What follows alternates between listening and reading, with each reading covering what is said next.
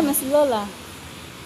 Yung kung kinsa ang Hindi na ikaw. mo ayaw sila pag-isbo sa kagamhanan na panunong sa responsibilidad o integridad. Noong ko, ang pagsalig sa kanagado, mga pagsuunan o magsalig ka nato ang Diyos, palayo kita sa pag-alagad sa Ginoo, ang dili kita mabablay. Ang pagsalig sa kanagado, ayaw hindi laglaga. Kung adunay masalig kani mo, adunay katungdanan, panaligdan ka. Katulog at pagpapalimutan, nagpalikon sa mga relasyon, ang pagpapalimbong nagdaot na nato. Sulit ang limbong kay Clarifol ang nadaot. In the Bible, brothers,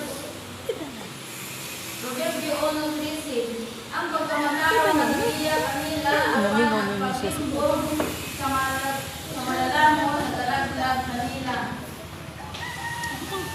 Kung may mga pagkukunan, pagkamataro, nagbiyahan kita sa Diyos, pagkuhan na kita sa pagkamataro sa kanang oras.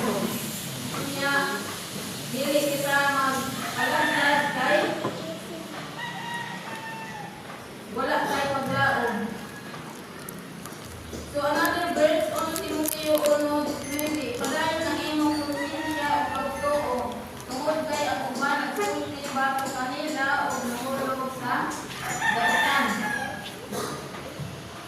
So kung magmuna-una kita mga kaigsuonan na negative ka na ang atong muna-una, dili na lang nato ipadayon kaning kung naa kita'y konsensya makaigsuonan, anaga nato ang pagtuo sa Ginoo. Ikaduha, who is helping you, don't forget them.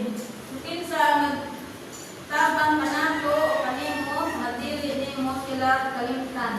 So dili nato kalimtan, mao ni ang role sa atong kinabuhi. Kung kinsa nagtabang, dili nato ikalimtan. Pansit yan. Pansit? Number 3, roles of life. Who is kind to you, don't take advantage of them. Kung kinsa ang buutan na wala nimo, di pa hinuhuli.